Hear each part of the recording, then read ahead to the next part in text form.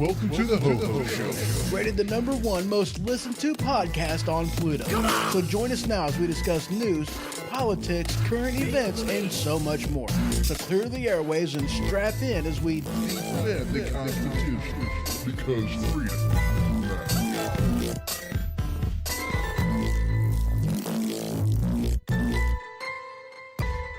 Broadcasting live from the Kaited Studio. Welcome to the Ho-Ho Show, and as always, I'm your host, Ho-Ho. So hey, how's it doing?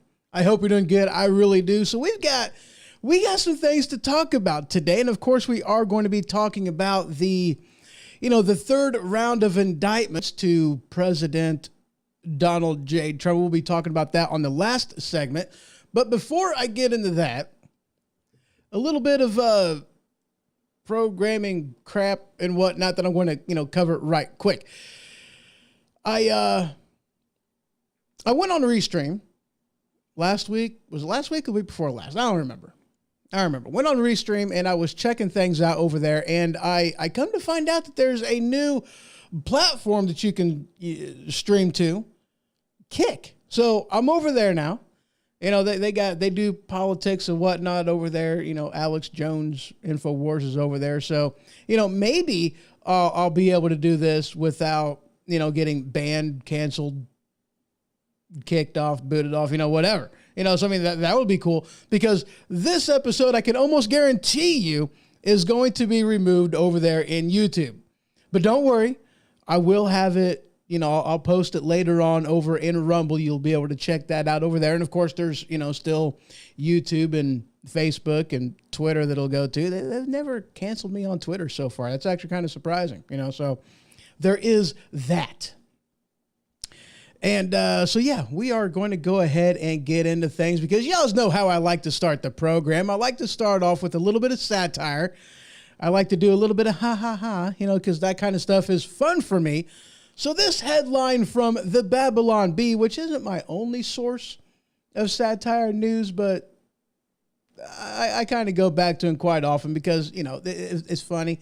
It cracks me up. I like it. This headline: tiny Texas border town really sorry to hear about New York City struggling with a few thousand migrants. And it was reported that all across the state, you can hear from very tiny violins, "My heart bleeds for you." Sounding a lot like. I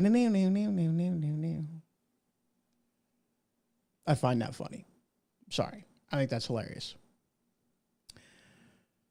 and I added that last part in there. That's not in the article, but I thought that, I mean, hey, they're going to pull off some satire. I'm going to throw a little bit of satire in there because that's freaking funny.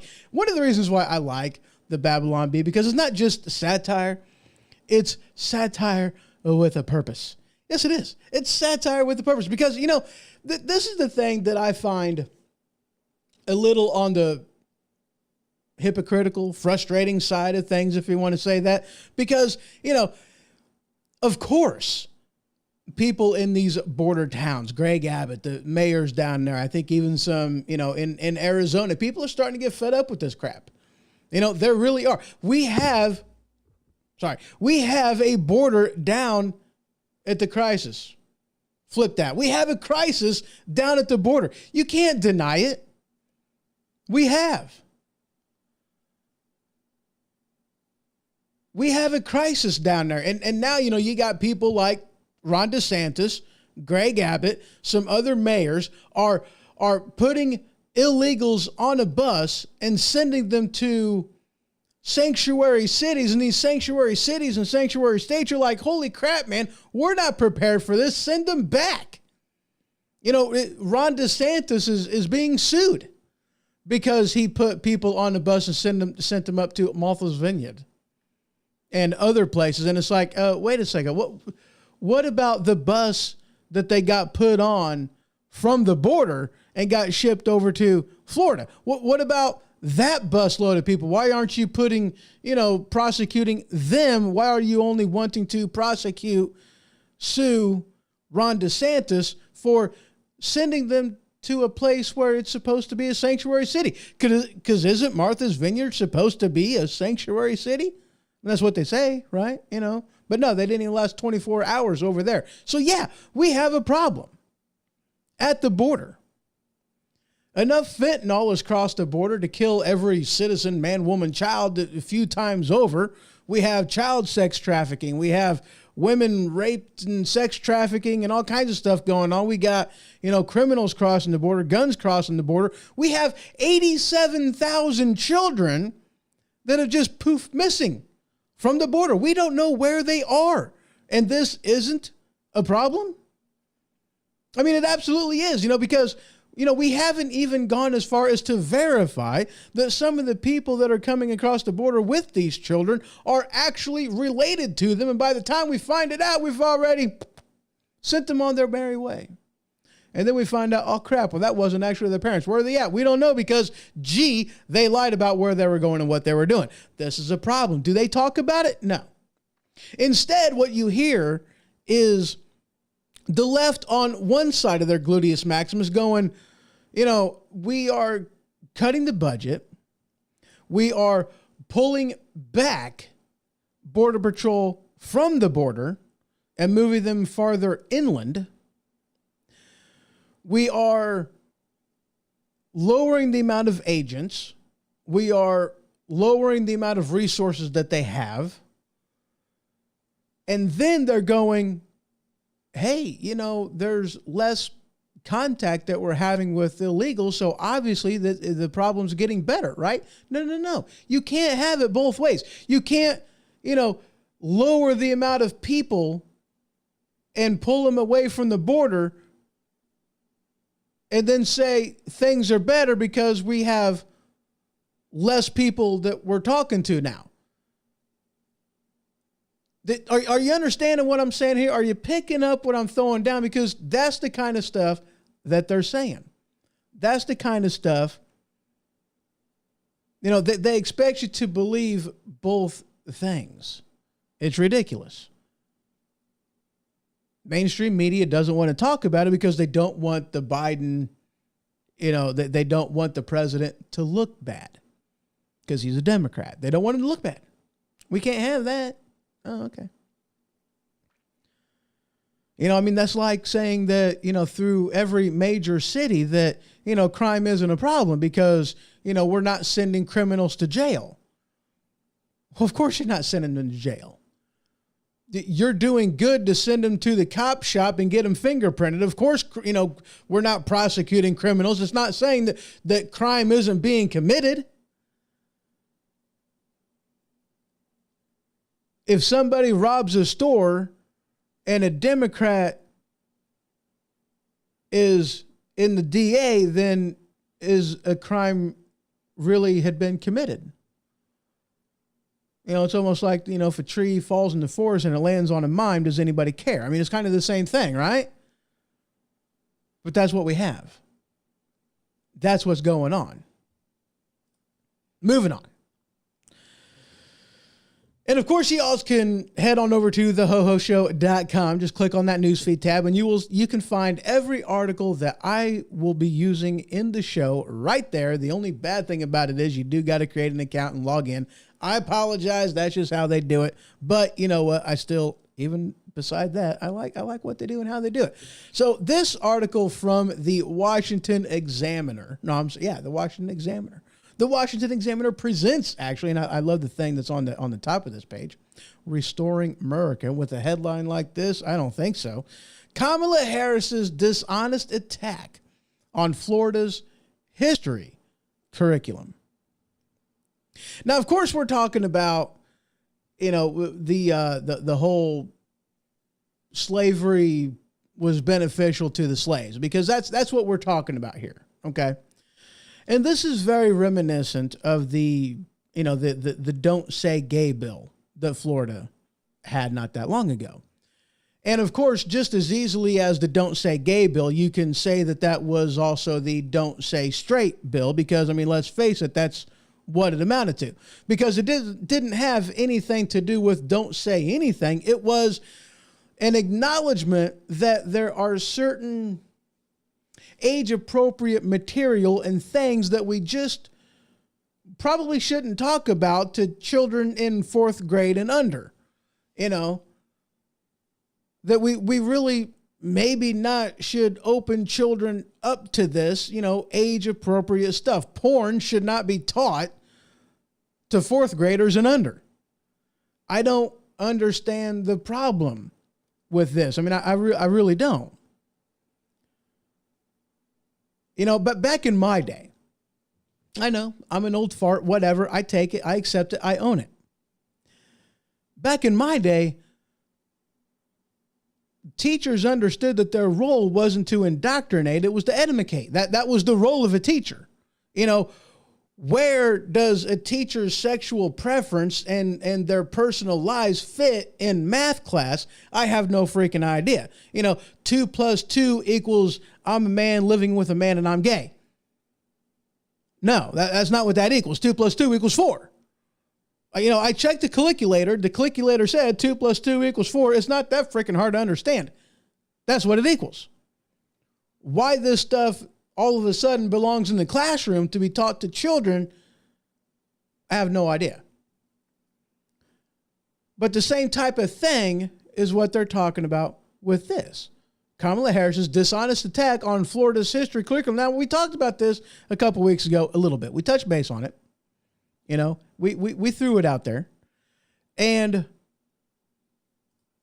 it's the dishonesty only because, and there's actually another article in here that I'm going to talk about regarding some other curriculum and stuff that's going to be getting taught in, I think it was Florida. I'm not 100% sure on that. I'd have to look at the article to know for sure.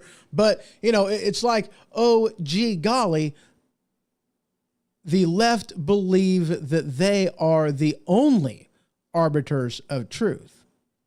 Okay. You want to talk about truth? Well, let's talk about truth. One, let's be honest about something. It's not like people that were brought over to America whom were slaves knew absolutely nothing. Some of them were very skilled individuals. That's an aspect of this. When they came over here, they learned other things. Well, that's true. Some of the things that slaves learned whenever they were no longer slaves and were able to earn a living for themselves, not working for the man, was very beneficial to them. They were able to work and earn a living and provide for them and theirs. Now, I'm not saying that that makes it good, because obviously slavery was bad. It was very, very bad. It was a dark stain on American history. You can't deny it. But any more than you can deny the black stain, the dark cloud, the silver lining was that with the things that they knew coming over here, and with the things the slaves learned while being a slave, was beneficial to them and helped them rise above and become,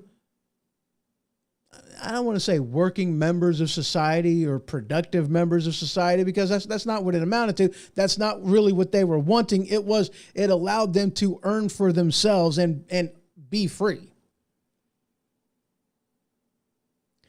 But they want to talk about dishonesty in history curriculum. Well, let's talk about this dishonesty. I'm sure y'all have heard about the Emancipation Proclamation, written by some guy by the name of, what was his name? Abraham Lincoln. Yeah.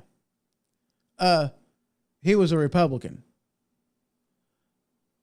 In fact, he was the first elected Republican president in U.S. history. It wasn't the Democrats that stood behind the Emancipation Proclamation and the freeing of the slaves. It was the Republicans in the form of Abraham Lincoln.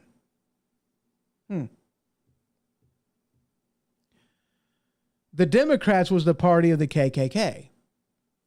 The Democrats was the party of segregation. Just, you can hear some things, quotes from, the illustrious president before he was president, talking about how he didn't want his children going to a desegregated school because it was like a jungle. And he didn't want his kids going to a school like that. He wanted his kids going to an all-white school. Well, that's what the Democrat Party believed. They were the party of segregation. They were the party of slavery. That was the party that was against the civil rights movement, the 13th, 14th, and 15th Amendment. It was them. It only got through and only passed because of Republicans. But this is history that they don't want to talk about. They don't want to remind people where the Democrats stood on slavery, oppression, and things of the like. But yet they want to talk about how Florida is supposedly being dishonest about history. Where's the dishonesty truly coming from? I think we all know. You can say it. You can say it. But, nobody wants to talk about that. The left doesn't want to talk about that. The right isn't believed when we bring it up. And certainly mainstream media completely ignores it. They ignore so many different things. It's ridiculous. It really is. Do I want to talk about that? No, I don't even care. That's the headline from New York Post. Fitch downgraded America to punish Republicans for the debt ceiling fight. Like that was the reason that we went from a AAA down to a AA credit rating, the United States of America, because Republicans and the debt ceiling. I mean, heaven forbid it was because of, Democrats shutting down the economy when they didn't need to, needlessly for COVID, and kept it shut down indefinitely until they did enough damage to do what they wanted to do and shut down the economy and, just send us falling flat on our face. And with all of the, bills that they'd passed and whatnot. I mean, I talked about it on this show a while back ago with the COVID's relief bill, that only 10% of the budget in that bill actually went to the people in the form of relief. It was supposed to be the COVID relief bill for we the people. But only 10% of the budget actually went to us. Where did the rest of the 90% of that bill go to? Special interest. Yeah. People that needed it? No. It went to line the pockets of the people that the Democrats found favorable. That's where the money went. That's where 90% of that money went. And then they wonder why we have inflation. They wonder why, after shutting down the Keystone XL pipeline and removing land leases and drilling rights and all this other kind of stuff, they wonder why the price of fuel went up. Whenever before we were energy independent, and now we're dependent upon foreign oil again, and somehow this is Republicans' fault, even though it's a Democrat at the helm who's guiding all of this, but they don't want to talk about that. Okay.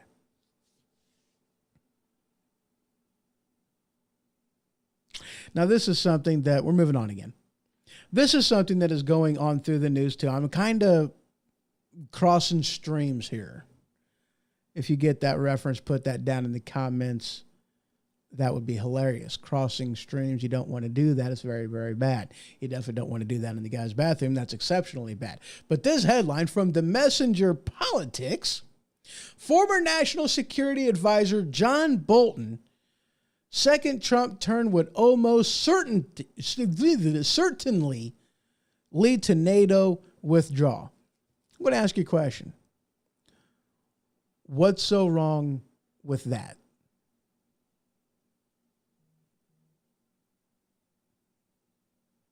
I mean, really, what's wrong with that?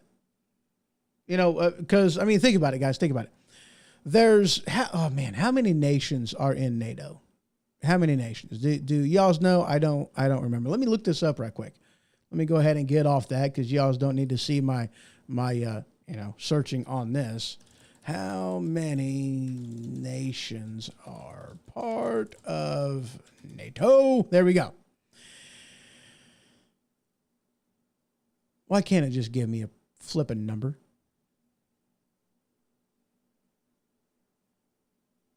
All right. So it started off as 12 founding members and 15 joined afterwards. So there's and 19 more and whatever. So 32. There we go. NATO recently grew to 31 nations, and the adding of Finland earlier this year, and could now grow to 32 with the inclusion of Sweden. So 31 currently, 32 if they include Sweden, and then 33 if they include Ukraine. Out of all these countries, only 4, I think. Between 4 and 7. I don't remember what the exact number is. Either 4 or 7. We'll split the number. We'll call it 6. For good measure, we'll call it 6. So, of the 30, we'll say 31 countries, only 6 of them are actually paying what they're supposed to pay. And that's 2% of their GDP. That's it. Let me take a sip of my water. Let me say that again. You know what? I'm just going to ask that question. How many countries of NATO? How many NATO countries pay 2%? There we go.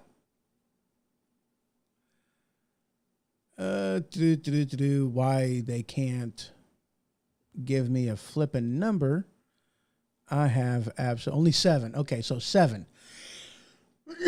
Excuse me. So only 7 countries of the United Nations actually pays the requisite 2% of GDP for funding the defense. Who pays the rest of that money? Oh, I'll tell you, the U.S. does. The U.S. pays more money.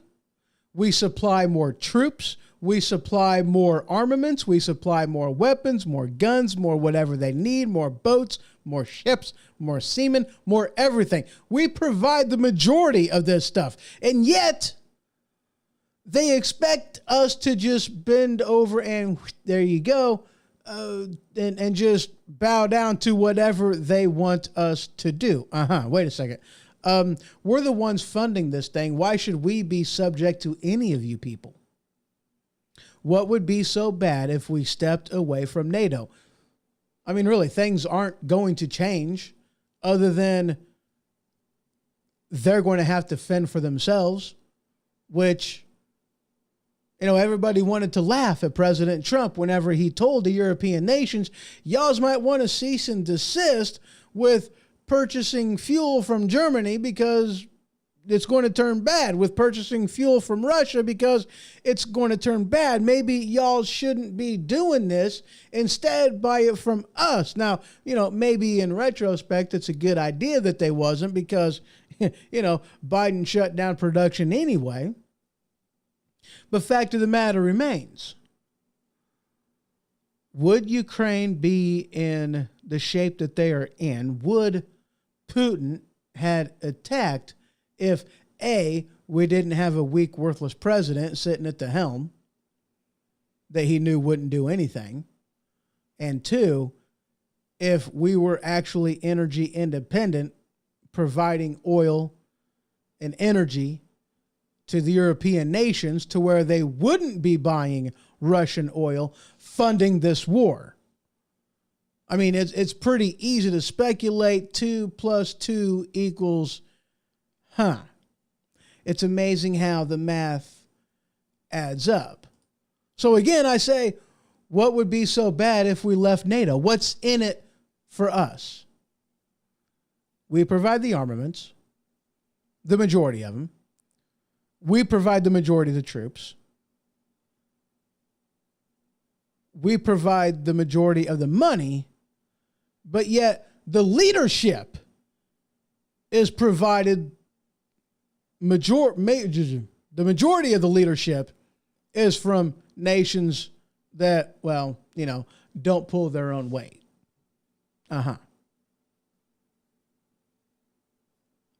Why be part of NATO? I mean, really, that's a good question, right? Why should we remain part of NATO? What's in it for the United States? Why are we expected to float the bill on everything?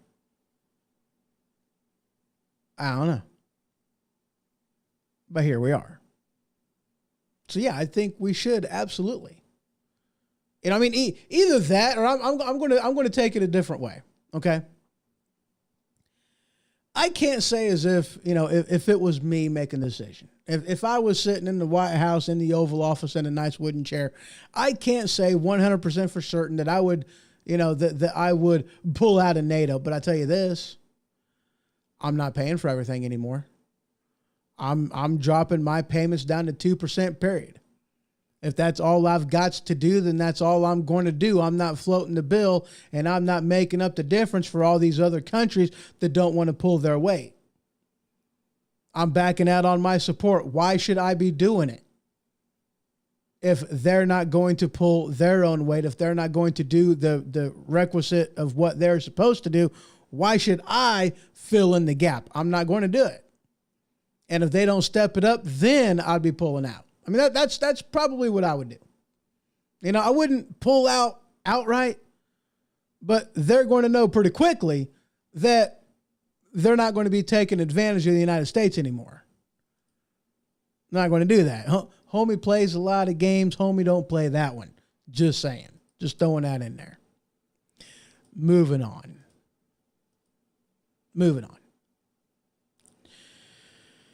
This one, well, crap. I don't. What's that headline say? That is after the former. Okay, so that one comes up with a big old banner in the way. Nope, that's not the article I'm doing. There we go. This headline from the New York Post. Headline says, liberal media bends over backward to dismiss new Joe Biden revelations. Now, of course, we're going to be getting into to this a little bit later, but I just want to set the stage on this. All right, I just want to prepare the way, set the stage. Because we've been hearing some stuff coming out with the Hunter Biden laptop, with the investigation that's been done, some of the business partners of Hunter Biden, and things that has come out as of recently, and it's no surprise that a day after some information that comes out about Hunter Biden, it's no surprise that the next day we get, the third indictment on President Donald J. Trump. Could it be that I don't want to say the only reason that they're doing this, because let's face it, they are absolutely terrified of a second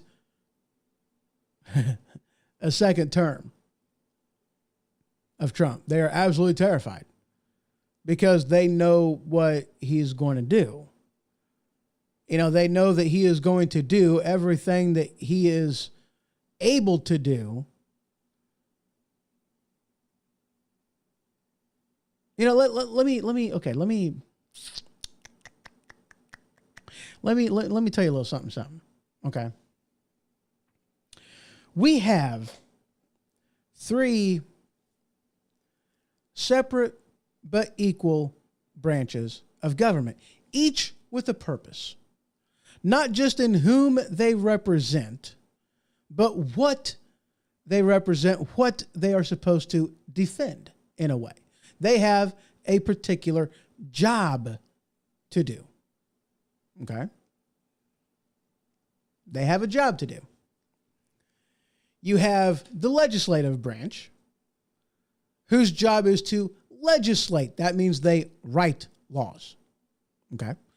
The legislative branch is separated into 2 houses. You have the lower house, which is the House of Representatives, which represents the people in each individual state. That's why the number of representatives per state varies based off of the population. And then you have the Senate, whom represents the government, or at least this is how it was before the 17th Amendment. The Senate represents the government of each individual state. Because the fact of the matter is, the United States of America isn't a nation of people. We are a nation of nations. I don't know if you're aware of that, but we are. You see, whenever, the 13 original colonies came together, and they were talking about this whole representative thing with each state, well, you had a state like Rhode Island that says, why should I join? And the government was like, the feds, the founding fathers, they were like, well, you should join because it's the right thing to do. And they were like, well, what's in it for me? I was like, well, you'll be taken care of. You'll have a voice. Well, how am I going to have a voice? Because if all this is based off of population, Rhode Island is a very small state. My voice is going to be drowned out by the population of New York. What voice do I really have? Well, not just the people will have representation on the federal level, but the state itself will have representation on the federal level. It's like, okay, well, what's that going to look like? My voice is still going to get drowned out. And it's like, no, it's not. Because it's not going to be based off of population. It's going to be equal among every state.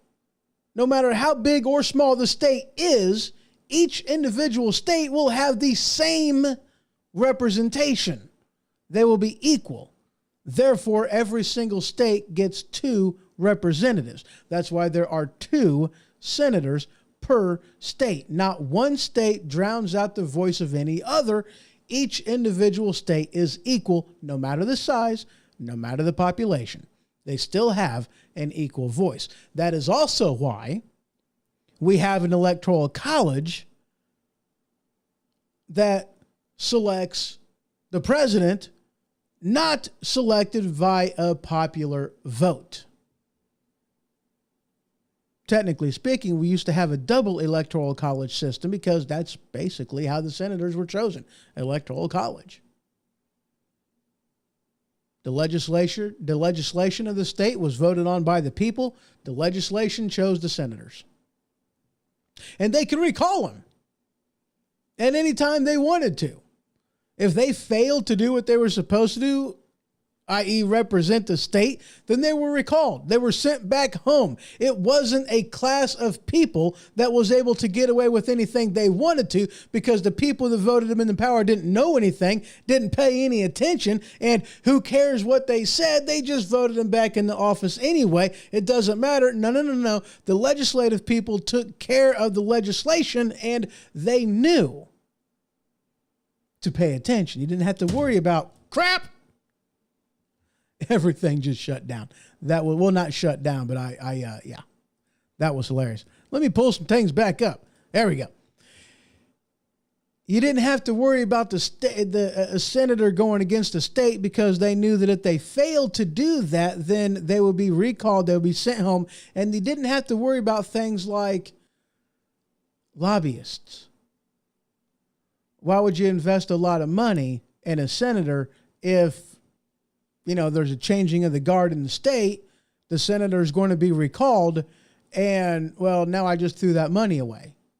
You didn't really have to worry about that kind of stuff whenever, pre-17th Amendment. Highly against that 17th Amendment. It screwed things up in a lot of ways. In a lot of ways, it screwed things up. Getting back into it. So back to, bending over backwards. Oh, wait, no, we're not done yet. Because we also have the executive branch. The executive branch's job is to represent the nation as a whole, and that's the president of the United States. That is the executive branch. But his job is to represent the nation as a whole and to make sure that the laws are executed faithfully. So whenever we have laws like immigration laws, it's his job to support and defend the Constitution of the United States of America against all enemies, foreign and domestic, and to take that obligation seriously without any mental reservation or purpose of evasion. That means that we have immigration laws. They need to be enforced. Whenever he gives an order to people down at the border and say, don't do your job, that's unconstitutional. Simply put, that's an impeachable offense. When he directs people like Merrick Garland and say, hey, don't prosecute people for breaking the law, that's an impeachable offense. He's breaking his oath. His job is to make sure that the laws are followed, not just the laws that he wants to follow. Now this is the thing that ticks me off about the whole immigration thing, altogether. Okay, because you have people like AOC, like Ilhan Omar, like freaking whoever else is out there doing it, whining that the immigration system is broken. Okay, fine. They've been crying that it's been broken ever since Reagan was president. Fix it. Fix it. That's the legislative branch. Their job is to write laws. Fix it. Why haven't they?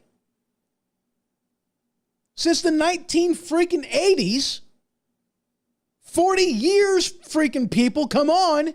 You mean to tell me that we've had a problem with immigration for 40 years, put near my entire freaking life, and all you want to do is complain about it, but you won't actually write any legislation to fix the problem. Instead, what do they want to do? Ignore the border, ignore the law, and say, come on over, we'll just give you ID, we'll let you vote, which is freaking horrible. Why the heck are we allowing people of other countries to, they want to whine and cry about, Russia interference, and yet we have Mexican interference brought to you by the Democrat Party because these people don't belong here. They didn't come over here legally. They didn't do the process for immigrating. They hopped across the border. They voted in our election, and they said, you need to pay attention to us now. We're here, deal with it. They ignore the laws, and, but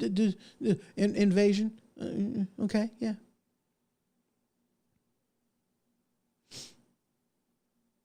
But the president's job is to faithfully execute the laws of the land. Not to pick and choose what laws he's going to enforce and what rules he is not.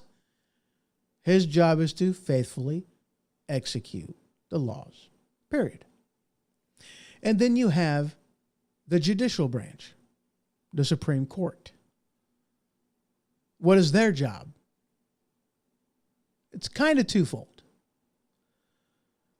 It's to make sure that the president doesn't overstep his bounds. It's to settle differences between the other two branches. Their job is also to make sure that the laws that are written are constitutional. In short, the judicial branch represents this right here, Constitution. That's it. I mean, it's that simple. They don't interpret the Constitution. That's asinine. The Constitution is a document that gave them the very power that they possess, and then they're going to interpret it and say that it means something different. You can't do that. No. Nothing in here even suggests that a Supreme Court justice is supposed to interpret the Constitution. No. The Constitution, let me give you an indication here. The Constitution was written in plain English. It's freaking tiny, never mind. It's small. There's not much to it. There's nothing to understand. It was written in plain, simple English. Why? So stupid people with the basic education can understand it. I mean, let's face it, people. If you rely on somebody else to read this, then you're not truly free. That's why it was written simply. Basic English. These people were smart. They were intelligent. They knew what they were doing. They didn't want to use convoluted language. They didn't want to use 20 words that took 2 dictionaries to read whenever, 5 would do, and get their point across without any misinterpretation. And yet we still have a problem with this. You see, the judicial branch is supposed to be there to say, this law is unconstitutional, strike it down, it no longer exists. That order that the president just gave is an unconstitutional order. I don't care if we have a COVID case going on or not. It's unconstitutional. You can't do that. That's what the Supreme Court is there to do.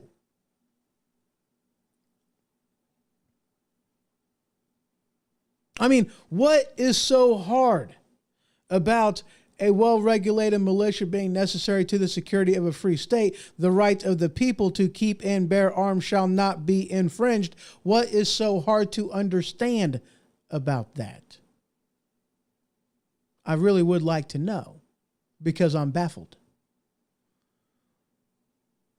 Illinois is one of the few states that was one of the last states, actually, to come up with any type of concealed carry legislation.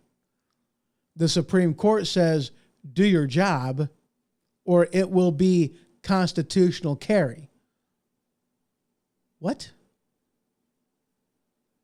That makes no sense to me. I mean, what the judicial branch just did, what the Supreme Court just did, was give Illinois permission to violate the Constitution by their own freaking words. Get common sense gun laws or it's constitutional carry. Why is that even a question? Of course, it should be constitutional carry in all 50 states, Period. That's what this says. Why is there a debate? I have no freaking idea why. They give a permission to violate the Constitution, and they're supposed to, we're supposed to be okay with that. Are we? Are you?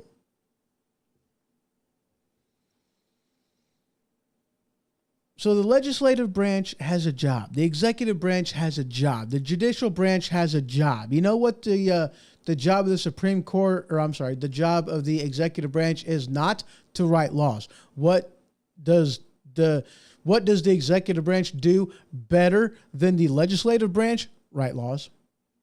I mean, they don't call them laws. They call them regulations, but to carry the weight of law. I'm a truck driver. My entire life is lived by a green book. It's about like yay thick. About like yay, about like yay, and about like yay thick. Okay? It's about what would you say? That's about, 5 by 7 maybe. 5 inches by 7 inches, and it's about 2 inches thick. That's what my entire life as a truck driver is ruled by. Guess what? It's unconstitutional. I'm not saying I don't agree with all of the regulations, but what I'm saying is they are regulations. They are not laws. They were written by bureaucrats that out with the old boss, in with the new. Who cares? Because it's the same freaking person. It doesn't matter who you elect in the president. The bureaucrats at the Department of Transportation stay the same. We are governed as a truck driver by people whom are not subject to the will of the people. Let me say that again. We are subject through the EPA, through urban and housing development, through the Department of Education, through the Department of Transportation, the Department of the Interior, through all these various departments. We are governed by people who are not beholden to the people. Bureaucrats who don't care what you and I have to say.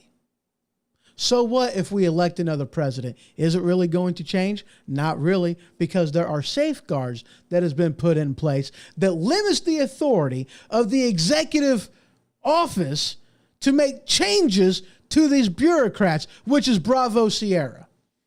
One, you can't delegate power that you yourself does not have to a group of people who are subject to you.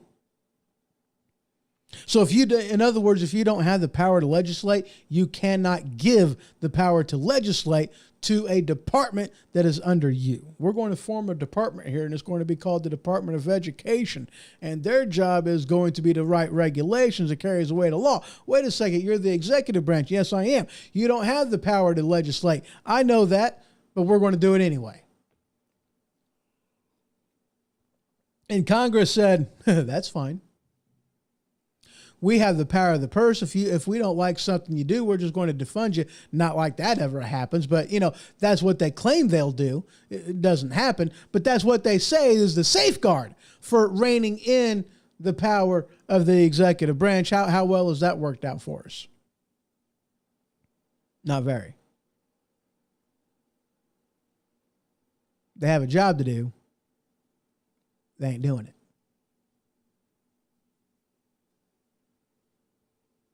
We have a crisis at the border.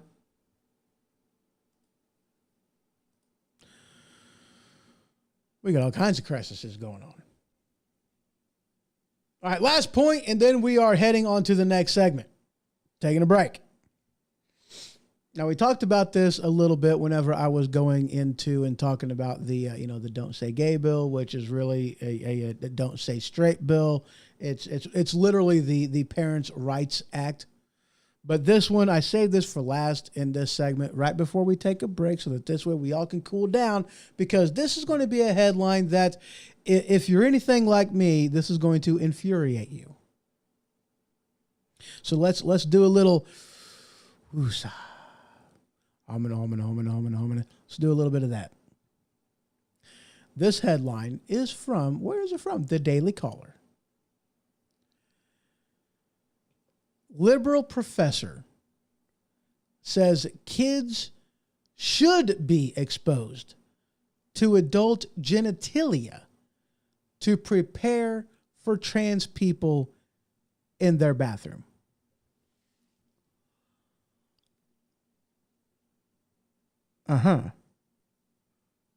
Wait, I don't think you heard me. Let me say that again. I'm going to say it slow because I know you don't hear so fast. Let's do this again. Liberal professor says that kids should be exposed to adult genitalia to prepare for trans people in their bathroom.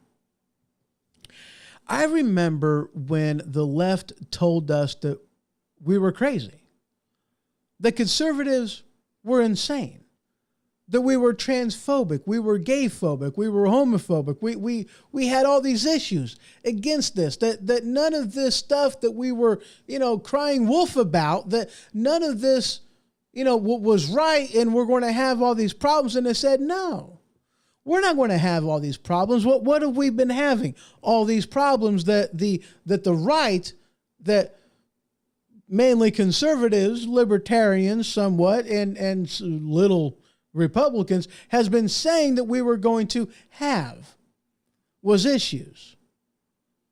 Confirmed, documented cases of trans people being in women's restrooms, exposing themselves, assaulting, and raping women, our children, in schools and elsewhere. That's what we've had.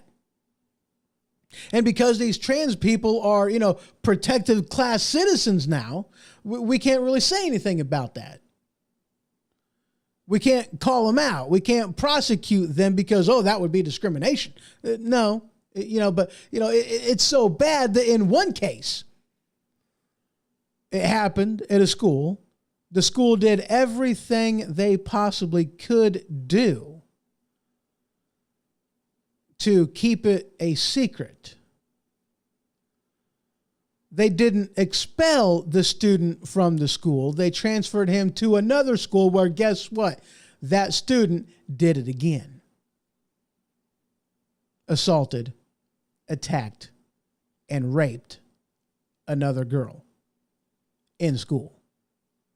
And this, for some reason, is okay. Let me ask you a question. Since when is it okay to expose your genitalia to children? Since when is it okay to whip out the twig and berries to a bunch of children? Since when is that okay?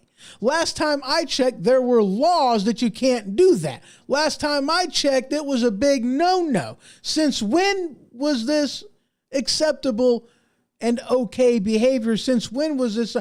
How dare Democrats say you need to expose your little girl to a penis because they might see one in the bathroom and we don't want to scare the crap out of them. We don't want them to be standing there going, pile of crap on the ground. Well, shit. Yep, that's what it is.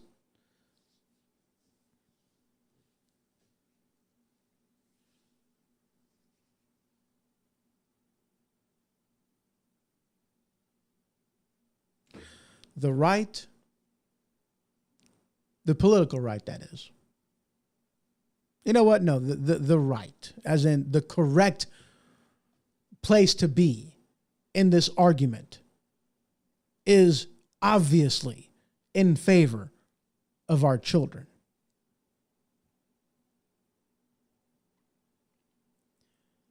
As a man, our job is simple, thankless, and simple. First things first, you protect the women and the children at all costs, without question. That's what you do.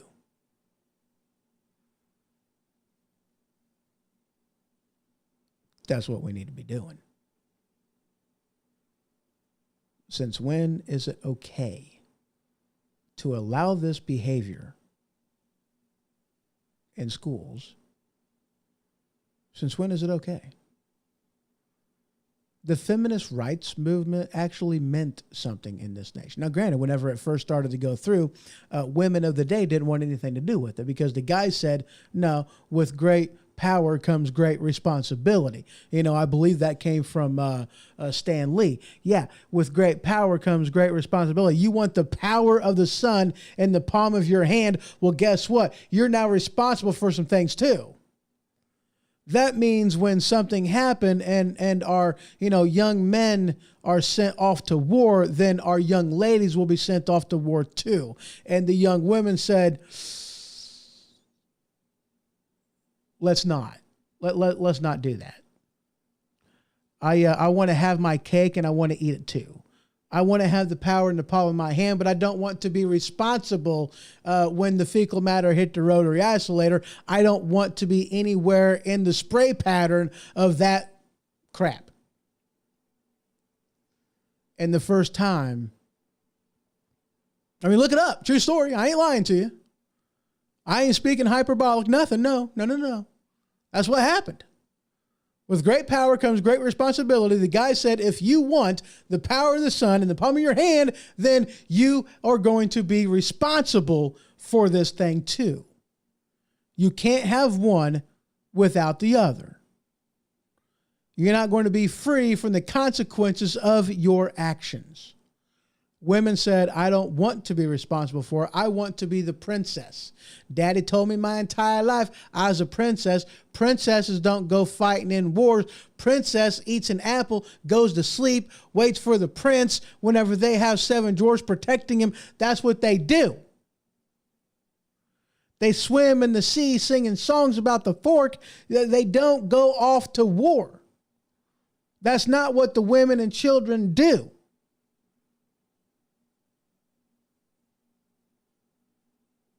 Or at least that's not what the women do. So yeah, the feminist movement fell flat on its face the first time, but guess what? We have the feminist movement now.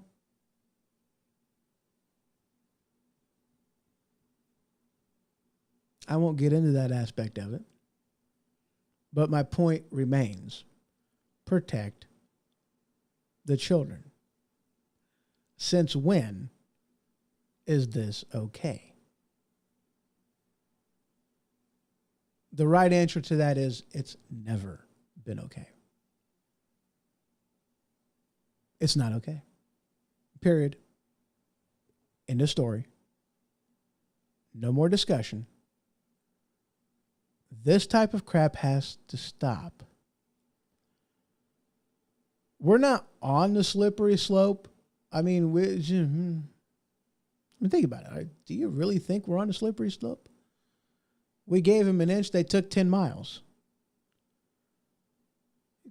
Just being honest, guys. Just being honest. All right, we're going to go ahead and take a quick break. When we return, let me see where I'm at. We are, okay, there we go. I had to get on the playlist. What the heck am I? I don't need it on there anymore. I can shut that down. I don't care. Down. I can shut all those two down. But let's see. Get into, nope. Done did that one. Done talked about that one. Oh, yeah. We're going to talk about, we're going to be talking about Trump now. That's where we're going, and we are going to finish up the episode there. We're going to be talking about Trump. We're going to be talking about all the crap that has come out with these, this third round of indictments. It really is getting worse. I mean, holy cow, people. The title of this episode is pretty stinking clear if you ask me. It is pretty stinking clear. What once was free now has become a crime. That's where we're at right now. And we're going to get into that right on the other side of the break. Don't go anywhere. Be right back.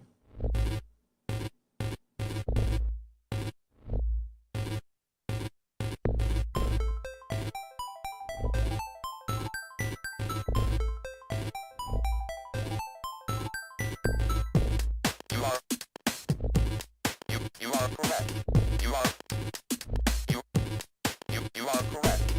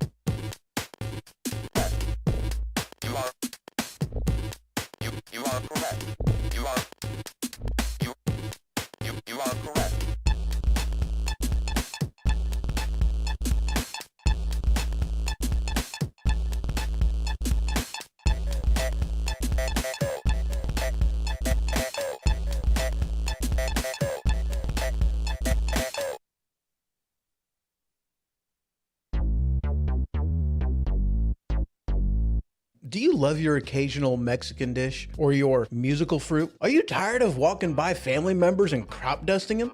Well, if this has ever happened to you, might I introduce you to Tampons brand butt plugs. Tampons brand butt plugs is that particular type of butt plug that allows you to walk in public in confidence knowing that you're not going to accidentally crop dust somebody. Tampons brand butt plugs now with the plastic applicator. Not just for women anymore. Tampons brand butt plugs.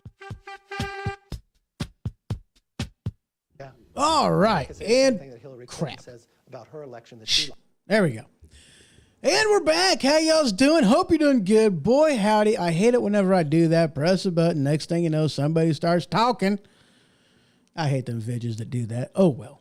It happens. All right, guys. So before we start this segment talking about Trump, talking about talking about all this crap, and guys, we're going to get deep into some of this because the implications on this are huge. I mean, let's just be honest here. The hypocrisy, we all know about the hypocrisy. We see it left, right, and center. We see it all the way going back to JFK and even up, including some of the most recent ones. I don't remember. But, you know, we see it, though. We see it. The hypocrisy is plain and in your face. There ain't no denying it. There ain't no backpedaling from it.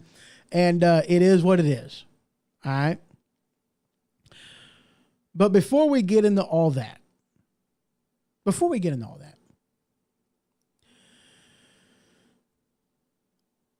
I am starting vacation. And by this time next week, actually, by Monday the 14th. So I got another week of work left, and then I'll be on vacation. But I am going to be interviewing somebody, and I'm pretty excited about this interview. I really am. I'm going to be interviewing him right here on the Ho Ho Show. Sometime, the week of the 14th to the 18th. I have not confirmed the time. I still need to iron out some details of my vacation to figure out when I am going to be free. I got some stuff going on I'm kind of excited about. But, I got, going to be interviewing somebody, and we're going to be talking some stuff. I'm not going to tell you just yet who it is I'm interviewing. He is a friend of the program. He is one of the people whom got me started doing this whole thing. It's as far as, me doing a lot of research into doing this. He is one of the people that was the voices I heard and guidance in doing this. Very, very fun. He is an entrepreneurial. I don't like that word. He's a businessman. He's a businessman. That's what he is. Good grief. Apparently I can't say entrepreneur. Apparently I can't say that word. But you know what? Hey, it happens. It happens. Good freaking grief. But here's the thing though. We're going to be talking about not just, this is a secret. He don't even know yet. I ain't talked to him about it. All we know at this point is that we's having a conversation about A. But I'm going to be throwing B and C and possibly D in here too, because I'm interested in some stuff. And I want to talk about some stuff. And I'm just hoping that, it ain't going to take up too much time because we get to gabbing back and forth and, he's got a lot to say. Smart guy, been in the business for quite a long time. And we're going to have an awesome conversation coming up sometime the week of the 14th. I will be posting information on this on my social medias. I'll be putting that in the Twitter feeds or the X files. That's funny. And I'll be posting it over there in Weaponized Sloth Productions and in the Facebook profile page and whatnot. But, I'll put it out there in social medias and whatnot. You also know when that's going to happen. I'll send out a newsletter on it even, so y'all can check that out. And if you do not, if you're not signed up to the newsletter, I don't send very many out, but you can head on over to thehohoshow.com. Just scroll on down towards the bottom of the page, subscribe to the newsletter. There you go. Whenever I send those out, you will be a recipient of those. I, talk about some stuff periodically updates about the Ho Ho Show, Ho Ho Studios, Weaponized Loft Productions, what have you. And by the way, I buy .coms from time to time. You know, I get a phrase, words that pop up in my head, and I buy a .com. A couple of them that I am especially proud of is, torchedanus.com. Absolutely freaking hilarious. I bought the domain. There's no website or anything associated to it. It's just a parked domain. That's all it is. Another domain that I have is stinkpickle.com. Not spelled correctly. It's stinkpikle.com. Right now, that is currently inactive. That was the merchandise store. But that's another one that I'm quite proud of. I have a website that's crap. Stink pickle. That's what it is. Fecal matter. There you go. And this one was in preparation for doing today's show. And it was, if you don't like what I have to say, then you could send your hate mail to left at, what was it? Left at, oh man, holy crap. I forgot what the website was already. Holy cow. I need to find it because it's absolutely freaking hilarious. Let me find it. Maybe it's in dashboard. Is it in dashboard? I have no idea. Nope, that wasn't the right thing. Maybe it's in here. There we go. Now domains. There we go. Quick link, domains. It's in here. I got several of them. I really like it. I don't care about new crap. Okay, so I got, oh yeah, there it is. There it is. So I got hohostudios.com, stinkpickle.com, thehohoshow.com, theweaponized.com, torchedanus.com, several .coms, but the new one I just got today. Again, it was, if you don't like what I have to say, then you can send your hate mail to left@suckdanut.com, SUCKDANUT.com. I'm like, I wonder if that domain is even available. So I went over to my GoDaddy and I looked it up, and holy cow, it's actually available. So I bought it. I'm like, that's hilarious. And I was talking with Brandon, another member of Weaponized Loft Productions, and I told him what I did. And I'm like, we really need to get 2 emails together, and we need to actually use this domain because this will be funny. This could be, where we send people for both hate mail and fan mail. So hate mail is going to be left@suckdanut.com, and then fan mail will be right@suckdanut.com, because I think that is just absolutely hilarious. And yes, before you ask, we are a couple juveniles. Absolutely. I ain't ashamed to say it. I'm a 40-some-odd-year-old juvenile. I'm okay with that. I'm a Gen Xer, man. We we dance to a beat of our own drum, and it's fun. Yes, it is. All right, so guys, we are going to go ahead and get into it without any further ado. So this article from, let me make sure I got that off, and I do. Very good. This article from Fox News. Devin Archer transcript shows how Democrat Representative Goldman spun illusion of access narrative.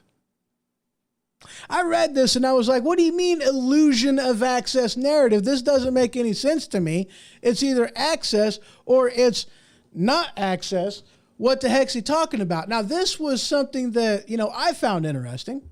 Because I read into this article, I'm like, you really got to explain this. And so the article goes on and explains. It says that, Devin Archer, no, not Devin Archer, but the lawyer actually was coaching him to say that it was illusion of access and not actual access that Hunter Biden was providing, was charging people for. And he was like, well, that's not actually true. You know, would you say that this was an illusion of access? And he was like, kind of, maybe, not really. I was like, well, what do you mean kind of, sort of, not really? He was like, well, I mean, some of it might have been an illusion of access, but I mean, there was some definite stuff and things that were said. And, you know, that's what I'm here to testify about, was what was being said and how things went down as far as I knew. And it wasn't just an illusion of access. It was access. So he tried to put words in Devin Archer's mouth, and, well, you know, it didn't really work. But, of course, the headline that you're going to read all over mainstream media is going to be Devin Archer testified to the illusion of access, not just the access in the Hunter Biden case. That's what they're going to be saying. Bet me.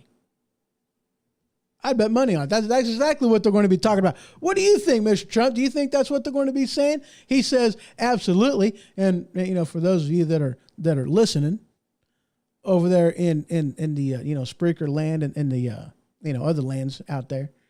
Yeah, I got a little President Trump sitting there with a microphone in front of him, sitting next to Mogwai? Gizmo, that's his name. Holy crap, he is a Mogwai. There you go. I like that little guy. He cracks me up. Anyway, putting words in his mouth, trying to make it sound like it wasn't what it actually was. Ladies and gentlemen, we've been finding out all kinds of things about what's been going on. You know, not just let's take this information and let's take this information, let's take this information, and we put it all together and we come to find out that there's something nefarious going on here. I mean, it's as plain as the nose on my face, and I'm not Voldemort. I got a nose up on there. It's plain to see.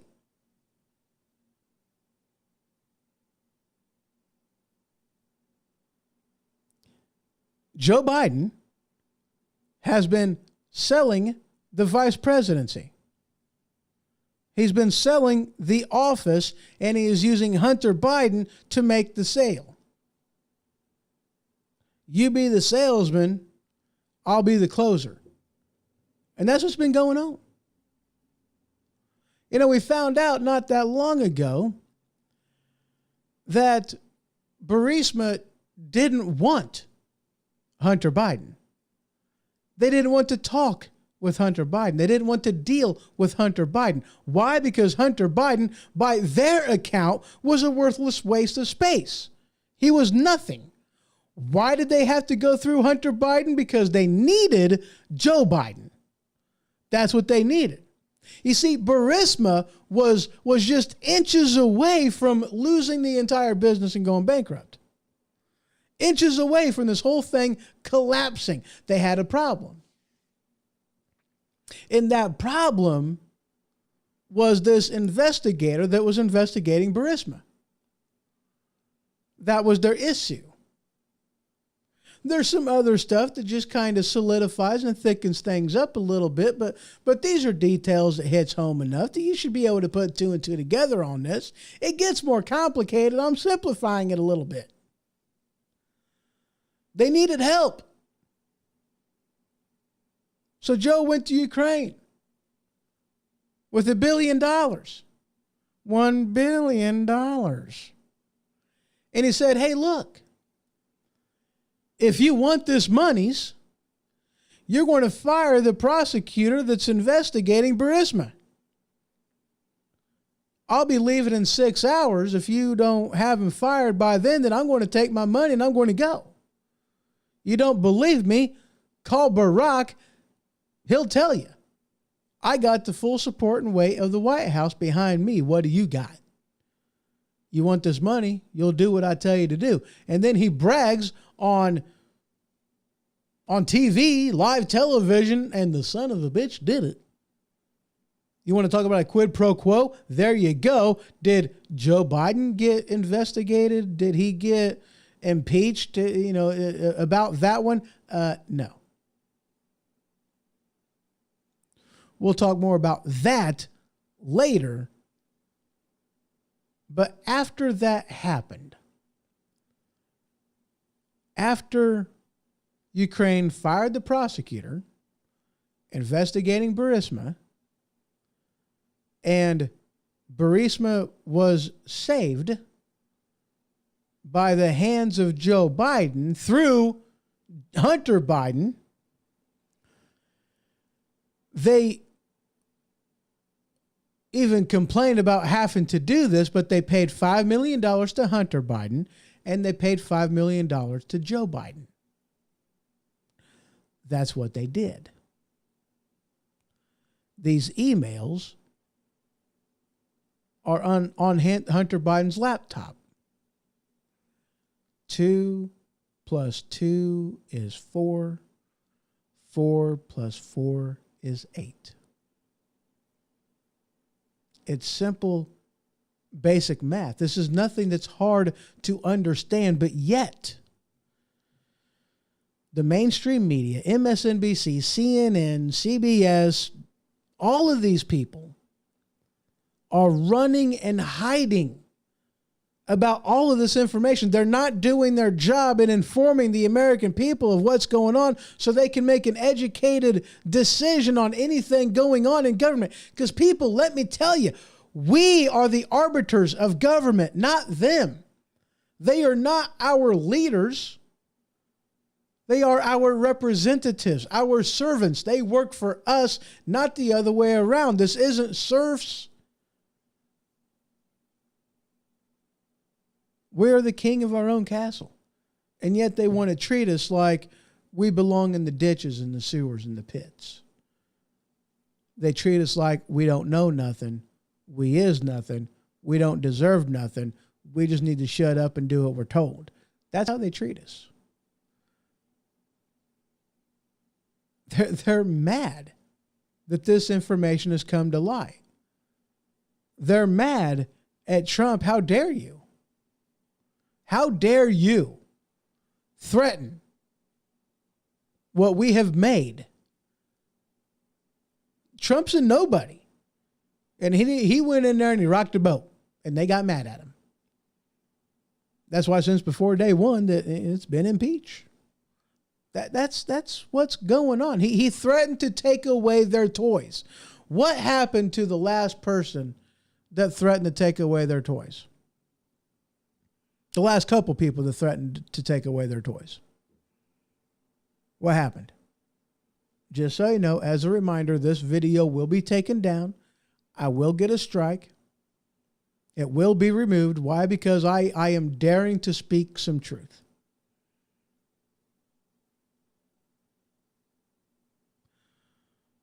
But Kennedy Jr. has some ideas about how his dad and his uncle, how they died, why they died, who took them out. He knows. He has a pretty stinking good idea. Why? Because, well, they threatened to rock the boat. They were going to take away the power of a pretty big agency that thinks they should just be able to do whatever the heck they want to. I ain't going to mention this agency's name, but it rhymes with CIA. Shit. I mean, I had a pie. It rhymes with that. That's what it rhymes with. You know, I've even heard the Who on JFK. And this Who is still alive. And that's why they would not allow the all of the documents to be declassified regarding the assassination of JFK. I've heard of who was responsible for that. And I'm definitely not saying that name. I heard of who. This person is still alive. And the fact that he is still alive is the reason all these documents weren't released. I mean, this person's on lockdown because he's getting senile and they're terrified of what might come out of his mouth. And I am not saying his name. You can't make me.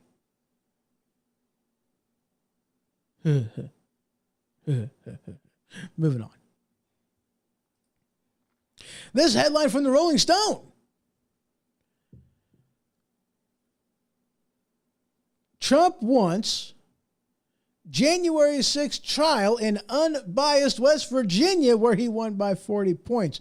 We're going to continue on to this little tirade, and nope, we're not going to. Well, kind of, maybe. Department of Justice urges federal judge to muzzle Trump following social media threat because he, and also they don't want him to talk about or talk to the, witnesses or whatever. And then you have this headline from NPR Illinois. Should Trump's trial be televised? I say abso-freaking-positively it should be televised. There is absolutely no way, shape, or form that this should not be televised, and let me tell you why.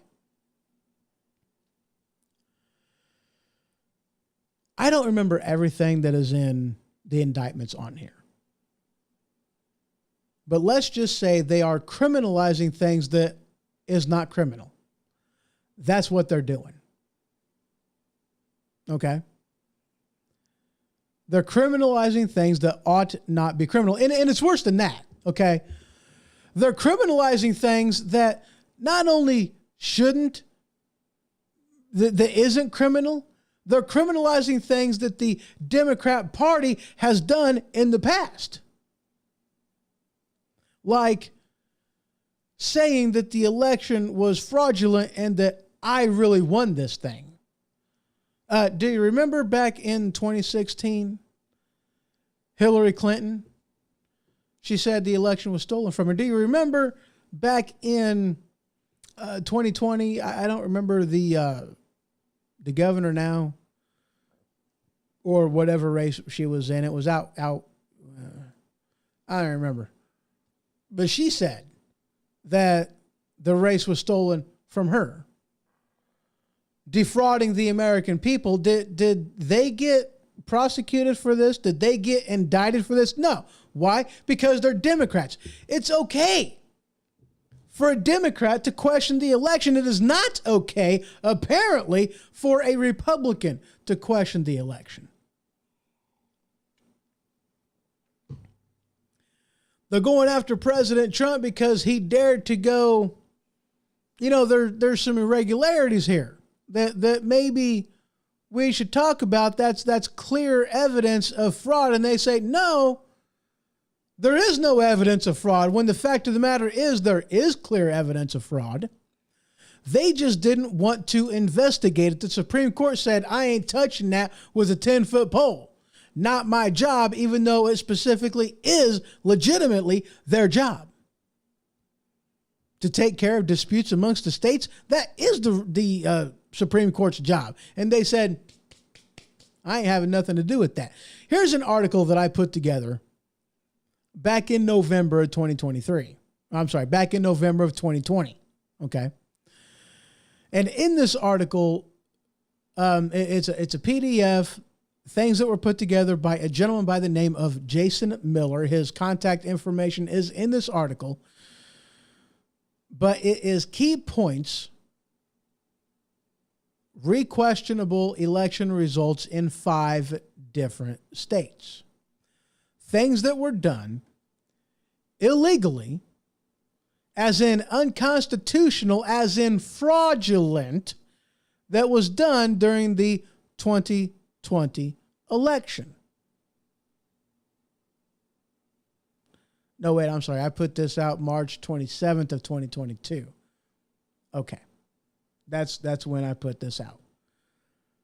And you can head on over to thehohoshow.com. Just click on that newsfeed tab at the upper right-hand side of the page, and there you'll see the newsfeed tab, which goes to that. Just look for this article. I think it might be the first one in there.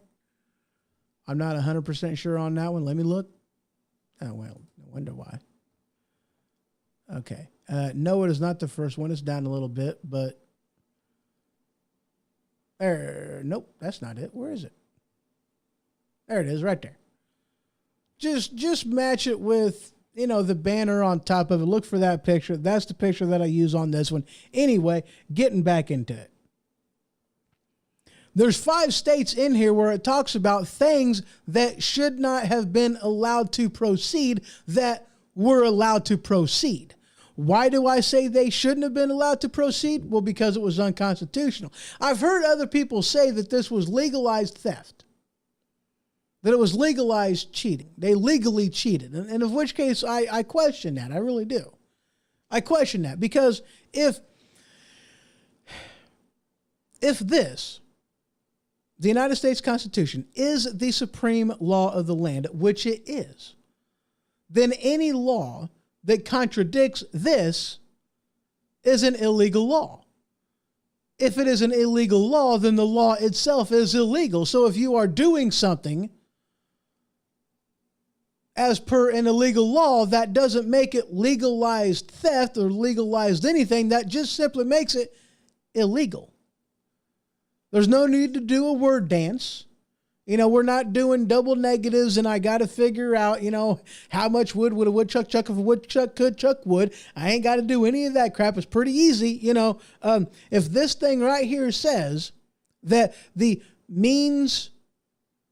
time and means of an election is to be determined by the legislative branch, period, end of story. If that's what this says, and that is what this says, then if the executive branch of a state or the judicial branch of a state puts their 2 cents into it, no word from the legislative branch, that doesn't mean that it's okay and we'll do it the way that the executive branch or the judicial branch says that it's going to be done that way. No, that's not what this says. This says that it is the decision of the legislative branch. No shared power, no implied oversight, no nothing. It is the job of the legislative branch, period, end of story. That's what it says. Simple, plain English. I don't have to have a doctorate in gender studies to figure out what the Constitution says. I don't need to have that, neither do you. 5 different states with irregularities that very much point to, if nothing else, it should be audited. Brian over there in YouTube land, he said, "What up, brother? Not much, man. How you doing? I hope you're doing good." I really do. We are talking about the Trump indictments, of course. So there is evidence of fraud. I've been saying it. Anybody that is honest with the process has to say it. They have to acknowledge, yeah, you know what? Some things happened, but you know what? Our guy got in, so we're just going to, whatever. And that's what's going on. I mean, that's what happened. There was a guy, I don't remember who it was, and I don't even remember who it was they were talking about, but they spoke some Bravo Sierra about somebody during an election. I don't remember if it was presidential, Senate, House of Representatives, whatever. I don't know. And for the sake of the story, it doesn't matter. But, they were saying stuff like, oh, he hasn't paid taxes in, 20 years.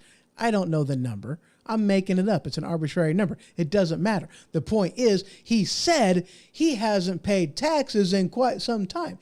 Guess what? That person didn't win. When asked by a reporter, you lied about that. You spoke some Bravo Sierra just to make your opponent look bad. You had no evidence of this. You spoke out your hindquarters. Do you feel bad about doing this? Do you feel any remorse? Do you feel any shame in your game? He says, no. Worked, didn't it?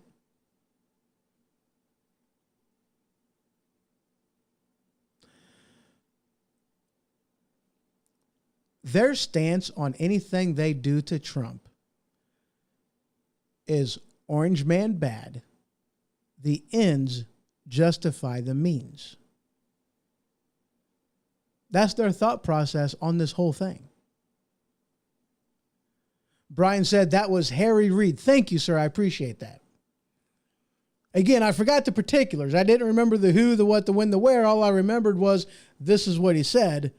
He lied his ass off, and it worked, didn't it? There was absolutely no shame in his game. So, I mean, now here's the thing, though, too, because one of the other things, thank you, by the way, one of the other things about this whole indictment thing is the whole fraudulent, defrauding the American people, defrauding the voters by saying, the stuff about, one saying the stuff about the fraudulent election, yada, yada, blah, blah, making somebody's vote, worthless. Let me ask you a question. In Florida, now you would think that Florida would be a pretty good state on squashing, as much fraudulent practices as possible, and they do a pretty good job. Don't get me wrong. But one of the things they tried to do was go through the voter registry, okay, and bring in information from the federal government, from the Postal Service, okay, and death records, okay. That's what they were, two things, sources of data that they were wanting to use to clean up Florida registry, okay. They wanted to get rid of the dead people because, hey, if you're dead, you can't vote, right? Right. They also wanted to get rid of people that through the post office put in change of address forms that saying that we are no longer living here, we are now living here. So in the districts that they were saying they are no longer living at, removing them from the voter registry so that this way they're not sending ballots to people that don't live in addresses where they no longer live. Seems pretty reasonable to me, right? You're using the federal government to say these people don't belong here. Information that would only be given to them by the people whom are moving from one district, either out of the state or to another district, what have you, doesn't matter. And did they do it? No, they didn't. Why? We don't know why. The powers that be, the Democrats, people that were, the decision makers, said that, no, we don't want to clean up the registry. They may have given an excuse. I really have no idea. What I do know is it makes no sense to keep dead people and people who moved on the voter registry when they shouldn't be voting in the districts that they moved out of, and they shouldn't be voting if they're dead. My dad voted Republican his entire life until the day he died. Now he's a Democrat. Why? I'm being facetious. I have no idea what political party he associates with now. But he died quite a while ago, back in 2007. I have no idea what political party he affiliates with now. I don't know if he votes. I really don't want to know if he votes. But to hear that, oh, no, we can't remove dead people from the registry because, hey, Casper may want to put his 2 cents in. We have issues. And they're going to sit there, as in the Democrat Party, with a straight face and say, no possible way that fraud could be going on here. They had some districts in some states that had more votes than voters. Nothing to see here. No fraud whatsoever. Brian puts in here, Chicago's been doing this for 40 plus years. Yeah. I mean, man, it's ridiculous. I mean, I live in the great state of bullshit. California. Chicago, Illinois, California. That's where I live. The map of Illinois is red. Red. We have 2 spots of blue, and that's it. One in Chicagoland and one in basically college land. The only 2 spots of blue we have in the entire state. We are a red state. We can't get rid of gravy sweats because that's where the population center is. I mean, Chicago is the third largest city in the U.S. It's a big city. There's a lot of people there. But those are the only two spots of blue in the entire state. I wish, and actually here's the funny thing, because according to this right here, the Constitution of the United States of America, it says that we should have in the state of Illinois a Republican form of government. We don't have a Republican form of government in Illinois. We have a democracy in Illinois.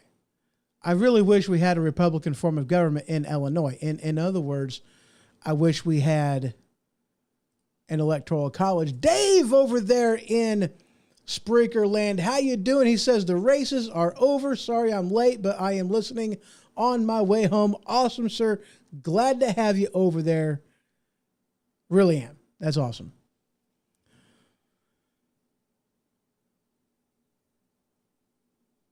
So yeah, Chicago's been doing it for 40 plus years, and they have been. They want to claim that there was no irregularities, while the whole time they will not. They refuse to actually hear the cases, investigate, audit the machines,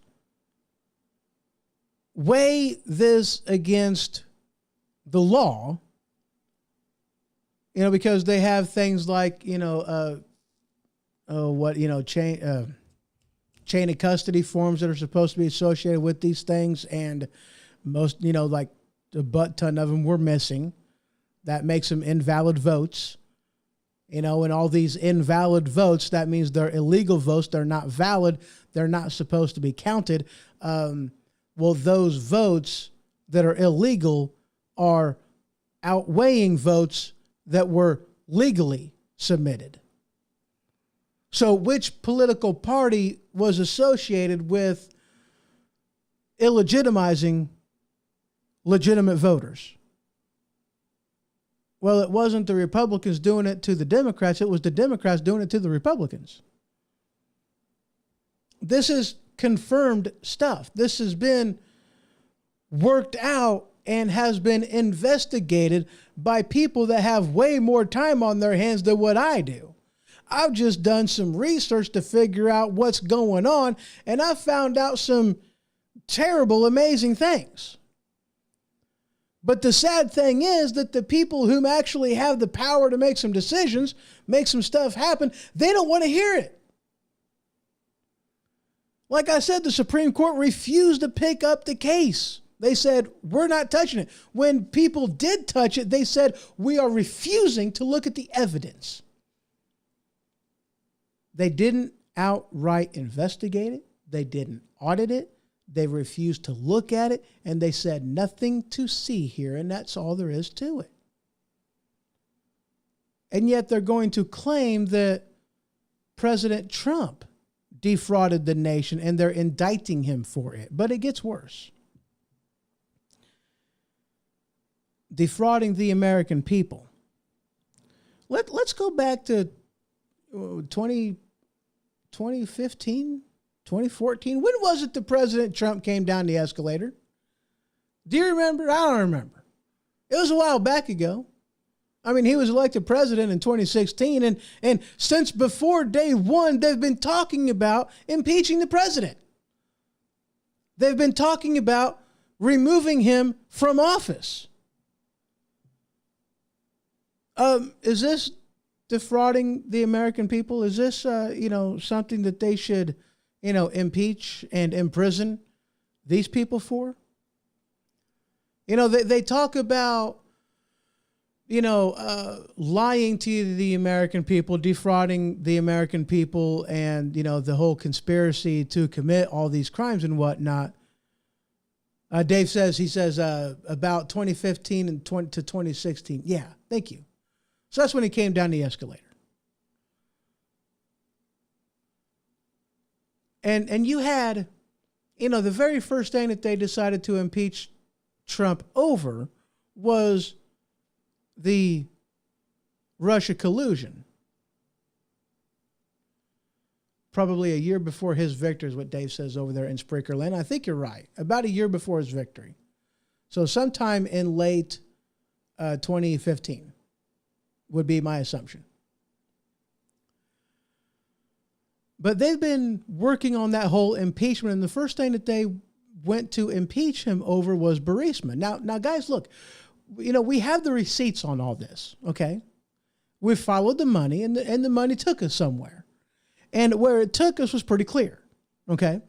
We found out that the dossier that they got was paid for, by this guy, this guy did it, working for these people, paid for by this person. The entire thing was just one big, huge, it was an op-ed. It was a smear campaign against Donald Trump to make him look bad for the 2016 election. They even offered to give this guy, as in the FBI, $1 million if he could confirm the information in this Steele dossier. Guess what? He didn't get any money. Why? Because the entire thing was Bravo Sierra. It was bullcrap. It was bar talk. Nothing could be confirmed because the whole thing was made up. He couldn't get $1 million payday because he made the whole thing up. And then the FBI, they signed this FISA application saying that everything on this FISA application has been verified to be true, and they lied about that one. And they got not one, not two, not three, but 4 FISA warrants. Defrauding the American people. Are they going to be indicted for this? Because obviously this is now illegal, and it should be illegal either way you look at it. But all the people that were responsible for this, none of them have been held accountable. But yet they want to hold President Trump accountable for having some questions, some legitimate questions, and saying, look, there's a problem.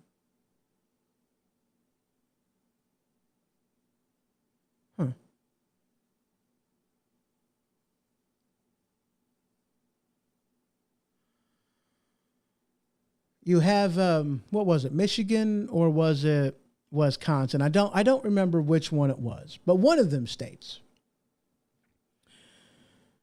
They're throwing on Trump the whole a second group of electors that got sent to the Capitol for January 6th. And saying that, oh, that's fraudulent. That's bad. You can't do that. Blah blah blah blah blah blah blah blah blah. Let me tell you something. Okay, one, this has been done before. This has been done by JFK. It was done by a Democrat. It was done from the state of Hawaii because at the time they could not confirm who the winner was. So instead of sending nobody, they sent electors from both major political parties. And this wasn't the first time or it wasn't the last time that this happened, because it happened before in another state from the same thing, the same reason. They couldn't confirm who the winner was until right at that last freaking second. So they sent more people than what they needed to, just in case it went one way over the other. This is common practice. This is how it's done. And newsflash, there's nothing illegal about it. Newsflash, it's essential to do it. Wait, did I say that right? It's essential that they do this? Yeah, it is. You want to know why? Well, here's the thing. You see, if let's say one of these states that may or may not have had some fraudulent stuff going on, like, let's scroll down here a little bit to find one of them, Arizona, so if they go to, Arizona and they challenge the electors voting for one candidate, Biden, and say that, hey, we challenge that. We want to recall this and do some verification going on, verify some signatures, do all kinds of other things. And, maybe they'll find 700,000 discrepancies in here. Maybe that's what they'll find, 700,000 discrepancies, even though the vote cap between the two was, almost 10.5 thousand with only 11 electoral votes. But, there's several others in here. And you can scroll on down to this, head on over to thehoshow.com, click on the newsfeed tab. You'll see this article. Just scroll on down to it. 5 states and the illegal votes. But if the Republicans don't send alternate electors to vote, if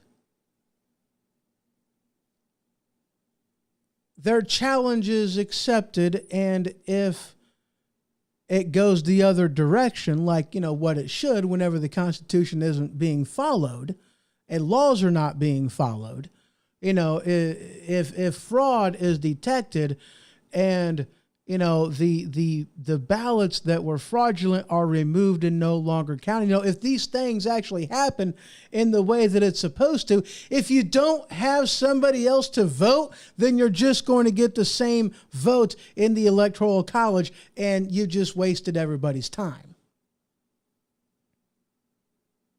So if you want to challenge Arizona, you better send another set of delegates so that this way, if your challenge goes through, and if it is found to hold water, somebody else shows up to vote. See what I'm saying? Like I said, this has been done before, sending another set of delegates. Not once, but twice. And it was done by well, I know one time it was done by JFK. I think another time it was done by, I think it was a Democrat the other time too. Or maybe an independent. Might have been an independent. No. It was a Democrat. Democrat that did it. So yeah. So it's okay for the Democrats to do this, but it's not okay for President Trump to do it. And then lastly, we're going to talk about this. Okay. They are also going after President Trump for inciting the insurrection of January 6th. Using language to incite violence and a riot. Now, that's one of the things he's being charged with. And they're throwing the hyped up, the trumped up language in there of inciting a riot and inciting an insurrection. But isn't it interesting that even though he's being accused of inciting a riot and an insurrection, they're not charging him with an insurrection? It's kind of like the civil case where the lady was charging, holding President Trump to be financially liable for rape, and they didn't find him guilty or legally liable for the rape, but they found him legally liable for an assault, which he wasn't charged with, even though they said that he's not. We're not going to find him liable for rape, but, we are going to let you have some money because, hey, it's Trump, but, it's the same kind of thing, right? They're charging him for inciting an insurrection, but they're not charging him with the insurrection. And, interesting note, nobody has been charged with insurrection. Did you know that? Nobody's been charged with insurrection? Yeah, nobody's been charged with it. That's interesting.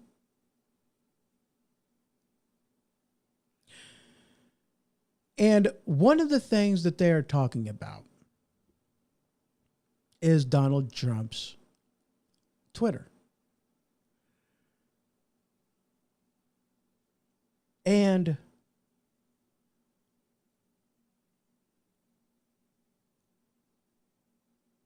the prosecution is using two tweets as Exhibit A and Exhibit B in the prosecution of Donald J. Trump for him inciting violence in the insurrection, holding him wholly responsible as if he wasn't, if he didn't send out if he wasn't there, then the violence wouldn't have happened.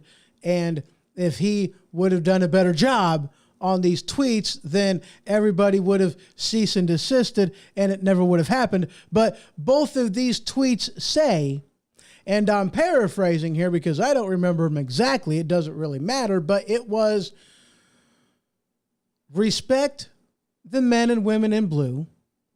We are the party of law and order. Let your voices be heard peaceably.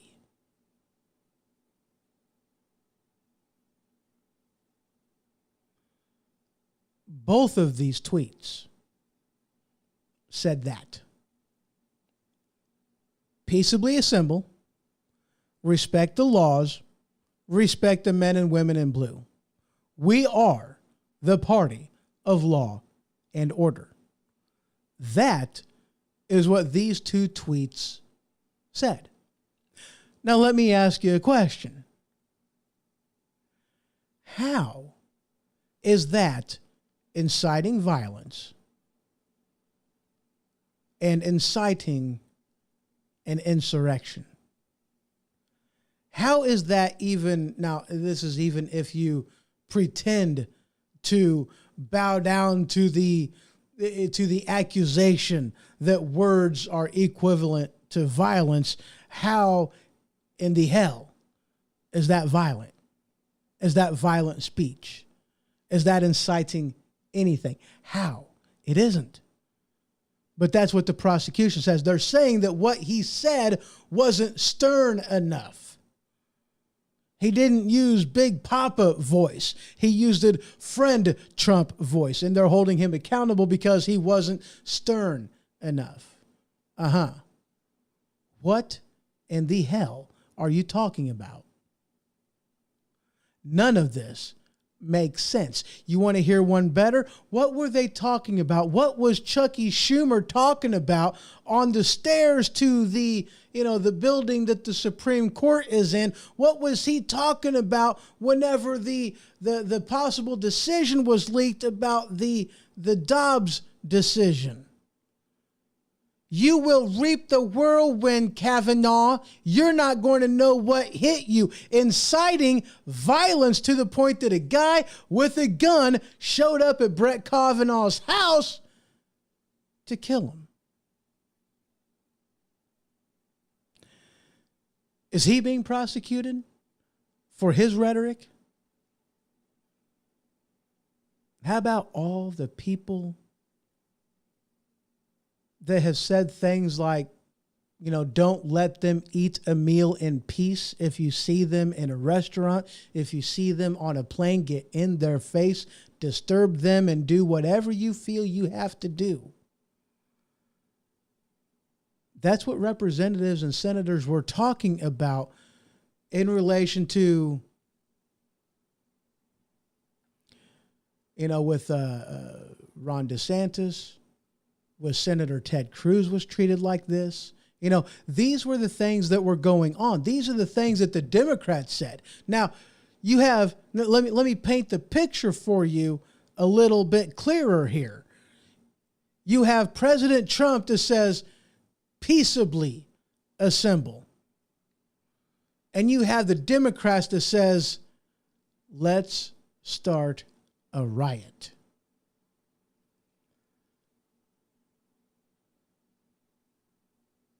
Because that's what the Democrats were saying. Go at him.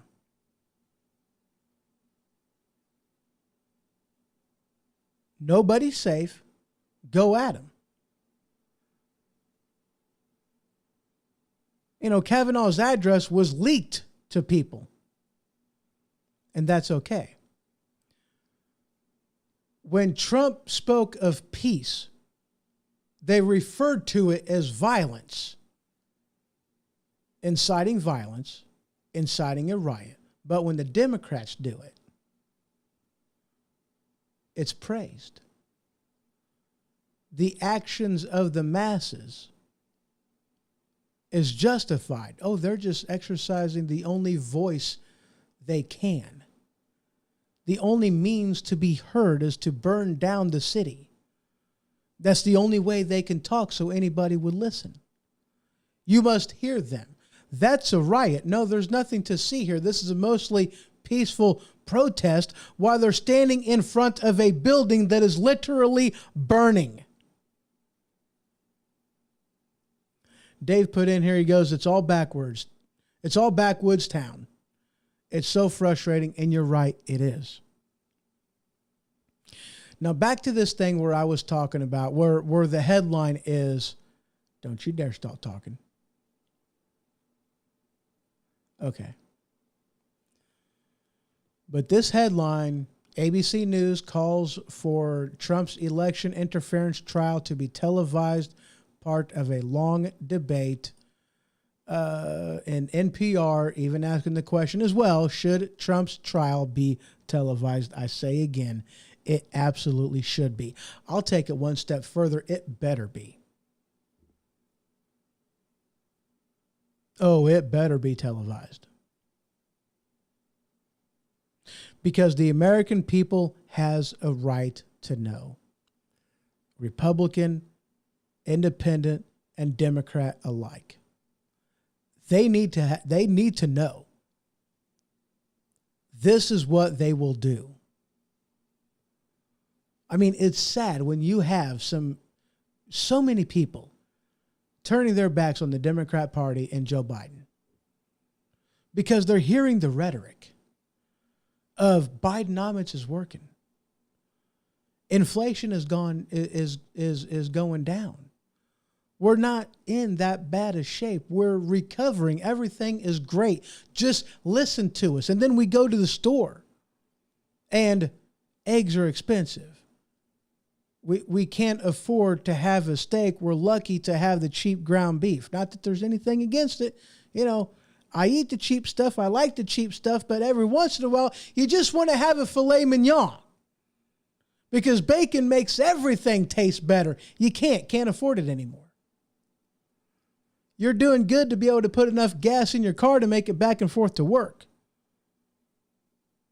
You can't go on vacation anymore because everything costs more. And Brian put in here, goes, that was just a bonfire, not a building. Yeah, right? But that's, you're right though. I mean, that was the outlook they were having. No, there's nothing to see here.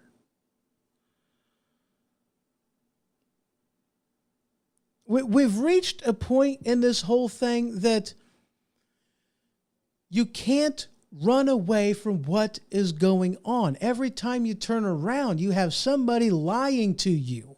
Mainstream media, social media, you have somebody lying to you saying, don't believe your lying eyes. You go to the store, everything's more expensive. No, it's not. Everything's great.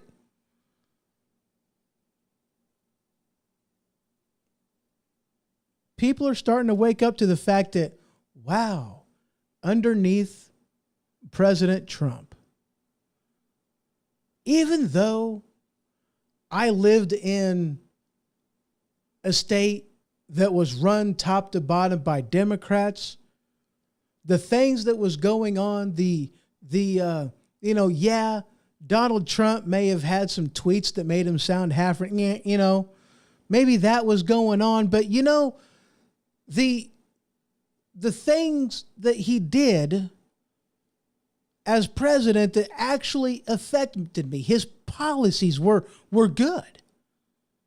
I mean, we had the lowest unemployment rate than we've had in 50 years. We've had, the highest labor participation rate on all categories of minorities. black, brown, yellow, man, woman from any other point in history. The best numbers we have ever seen was underneath Donald Trump. It's kind of hard to ignore facts like that. Energy independent for the first time ever in history. And holy crap, now we're dependent upon people that want to burn us down to the ground. Ding, fries are done. Anyway. And the Democrats are sitting there the entire time going, don't believe your lying eyes. They better televise this.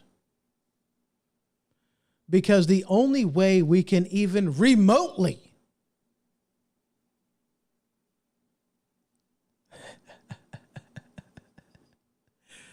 the only way is if it is laid bare. I'll go a step further. And this goes out to, what's that guy's name?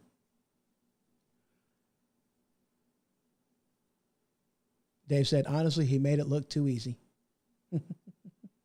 Yeah. You know, because here's the thing. Conservatism works. I mean, dude, in my lifetime, this is the most conservative president, Donald J. Trump, an outsider from New York.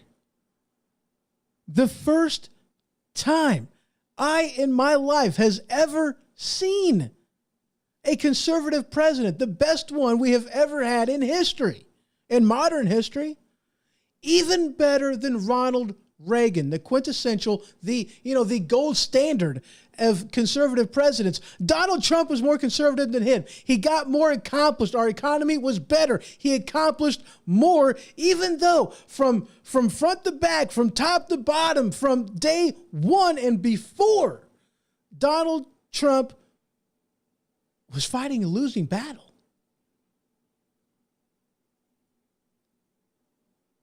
He had things that he promised he was going to do. Things that every president, even including Barack Obama, Clinton, even, campaigned on this, moving the Israeli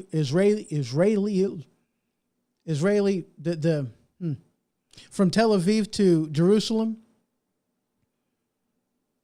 Our embassy, yeah.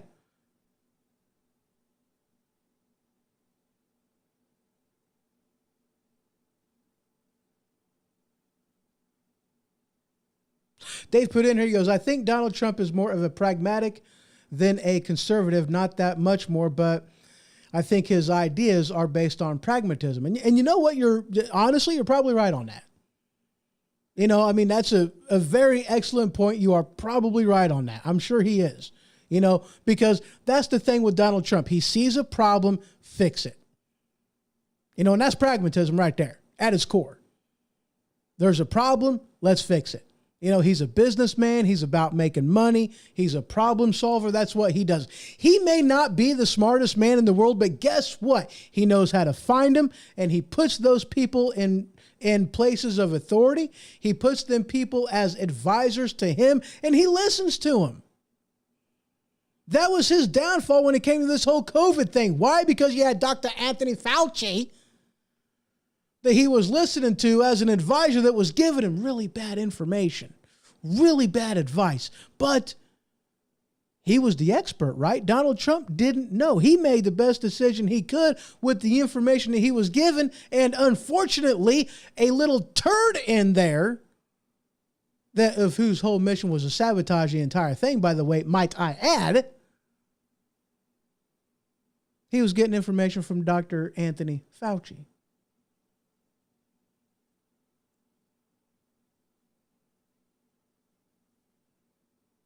He listened to too many people about putting bad people in charge, and that was his biggest fall. And even with that, he still managed to succeed in places where no other president has succeeded. Wow. I did not vote for Trump in 2016. I'll be honest, I didn't. He was a wild card. He was an unknown. You know, I looked at him and I seen a New York Democrat, you know, a politician. No offense to Mr. Canyon over there. He was a politician. He was a New York Democrat that dealt with his entire professional career with Democrats. He knew how to pad the pocket of the people whom he needed to in order to get the job done.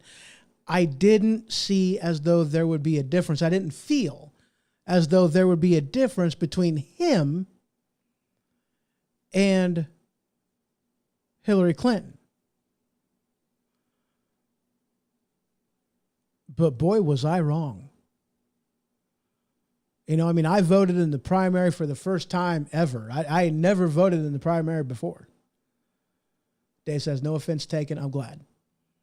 You know, because there, you know, for me, you know, there's a difference between the politician and the individual. You know, I am so against political people on both sides of the aisle. It doesn't matter. You know, I'm against them like you wouldn't believe. I've not known many Democrats or many politicians in general. I've not known many that I can stand for that long. I've not, and I've known several.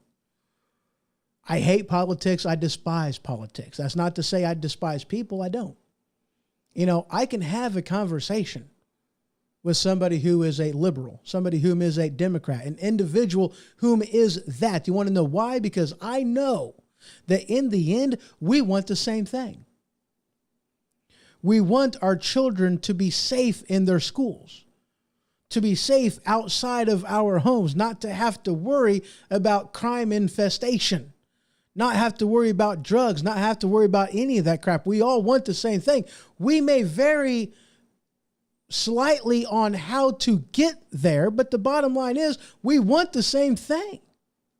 We really do.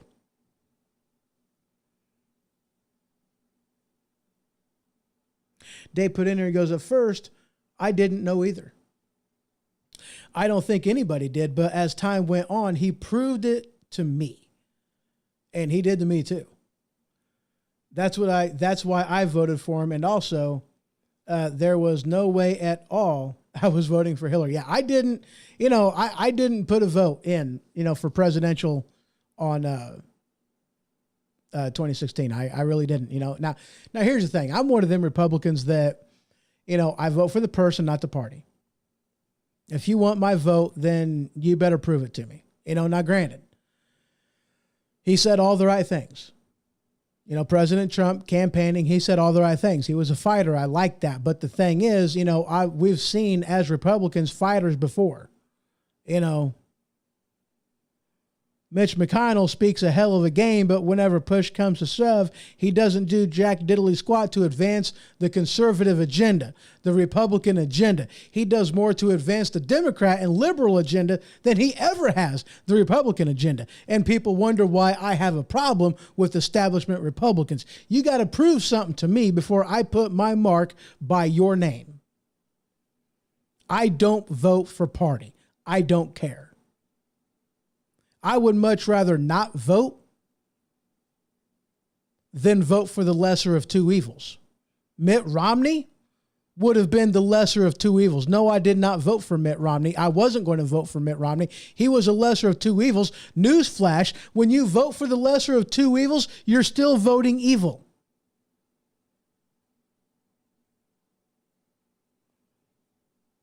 Brian puts in and goes, he's a fighter. Hillary is a crook. Abso-freaking-lutely. And you're not going to tell me, you're not going to shame me that if I don't vote, then I don't have the right to complain. No. That just means that we should have put somebody else in there that deserved my vote. And a lot of Republicans are like that. You know, they don't vote for party. They vote for person. And if you don't deserve my vote, you ain't getting my vote.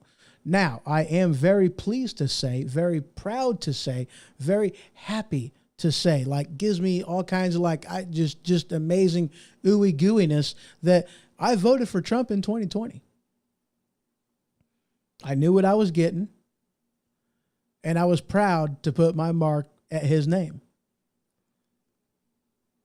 That could sound so dirty. I was proud to do it, though, man. I really was. You know, I knew what I was getting, and I knew that if this country if we had any hope of returning to something like what the Constitution says, the only way we are going to get there is through this man. Mitch McConnell is a traitor to the conservative movement. Yes, he is. But there's many of them, not just Mitch. He's just the one that came to mind first. There's many of them. You know, Mitch McConnell's idea of a good Republican is a Republican that'll do whatever Mitch McConnell says that they should do. He wants a puppet, an establishment person that has no voice of his own, a go along to get along vote on what he wants to do.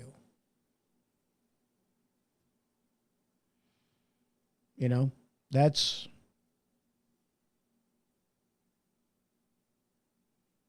very much so.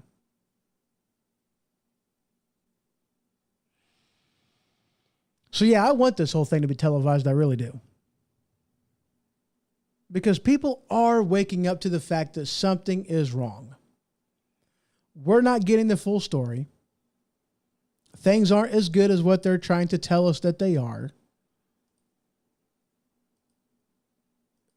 And I mean, it's just an aspect of they've gone so far. I mean, they've gone beyond stupid at this point to try to bury this man. I mean, they've basically thrown everything at him, including the kitchen sink. I mean, I think it's safe to say at this time, they've thrown the kitchen sink at President Trump to try to keep him out of office for a second term. I mean, come on. They went ahead with impeachment proceedings after he had lost the election. Why? Because they were trying to get it done in such a way that they could remove him from office, find him guilty in the Senate, so he wouldn't be able to have a second term. I mean, that's legit what they did. Are you forgetting what happened? That's legit what happened. They impeached him after they stole the election from him. Yeah, I guess I should throw that aspect of it in there. Yeah.